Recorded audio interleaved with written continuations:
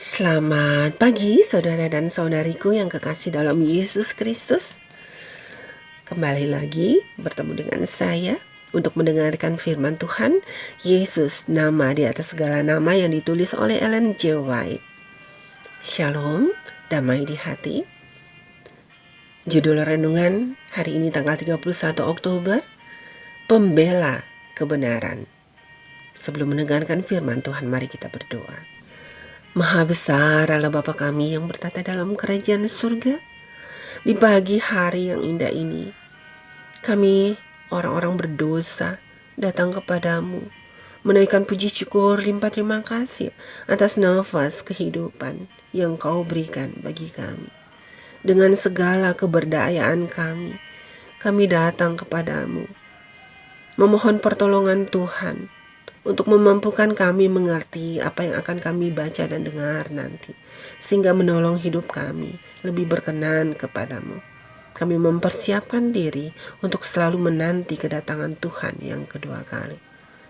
Terima kasih Tuhan, tolong dengar doa kami. Dalam nama anak-Mu Yesus Kristus kami berdoa. Amin. Saudara dan saudariku yang kekasih dalam Yesus Kristus, ayat renungan pagi ini terdapat dalam kitab Yohanes 1 ayat 17. Demikian firman Tuhan. Sebab hukum Taurat diberikan oleh Musa, tetapi kasih karunia dan kebenaran datang oleh Yesus Kristus. Saudaraku, mari kita dengarkan penjelasannya. Di sini Kristus memberikan contoh kepada semua umatnya tentang cara dia bekerja untuk keselamatan setiap pria dan wanita. Anak Allah menghubungkan dirinya dengan jabatan dan otoritas dari gerejanya. Berkat-berkatnya akan datang melalui perantara yang telah dia tetapkan. Dengan demikian, umat manusia terhubung dengan saluran yang melaluinya berkat-berkatnya mengalir. Paulus dengan sangat bersungguh-sungguh dalam pekerjaannya menganiaya orang-orang kudus bukan berarti membuatnya tidak bersalah ketika pengetahuan tentang pekerjaannya yang kejam itu dikesankan oleh Roh Allah kepadanya. Ia harus menjadi pelajar dari para murid. Dia menemukan bahwa Yesus yang dalam kebutaannya dia anggap sebagai penyesat, sesungguhnya adalah yang mendirikan dan yang merupakan fondasi dari semua agama umat pilihan Tuhan sejak zaman Adam. Dan dia juga adalah penyempurna iman yang sekarang begitu jelas bagi penglihatannya yang tercerahkan. Dia melihat Kristus sebagai pembela kebenaran, kegenapan semua nubuatan. Awalnya Kristus disangka mencoba menghilangkan pengaruh hukum Allah.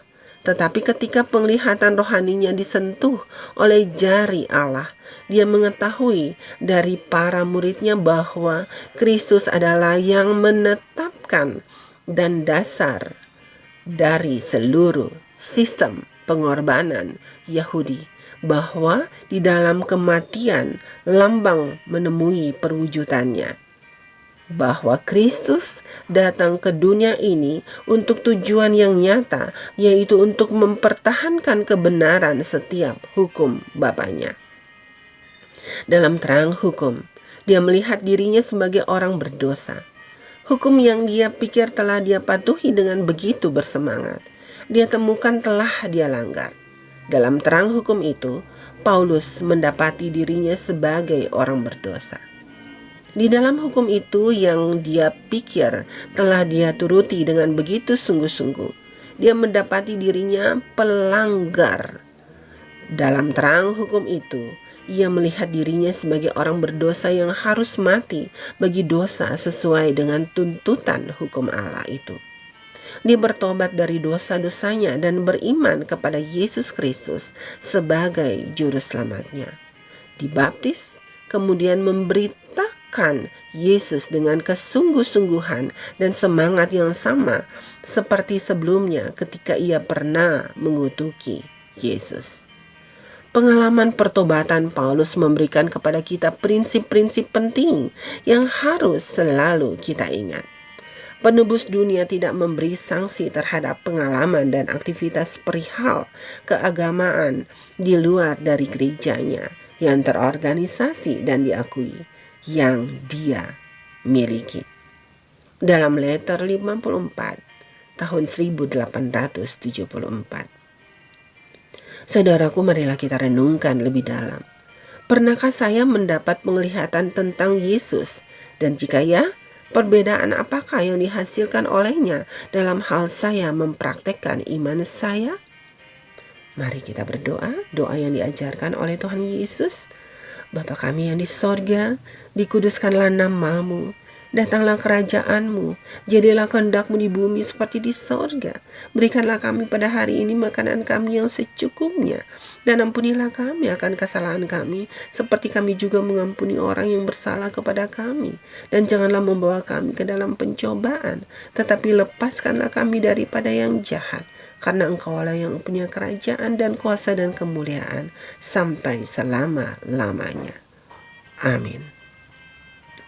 Demikianlah renungan pagi hari ini. Saudara dan saudariku, selamat beraktivitas. Kiranya berkat Tuhan menjadi bagian saudara dan saya. Andalkan Tuhan terus di setiap aktivitas di sepanjang hari ini. Tuhan Yesus memberkati. Amin.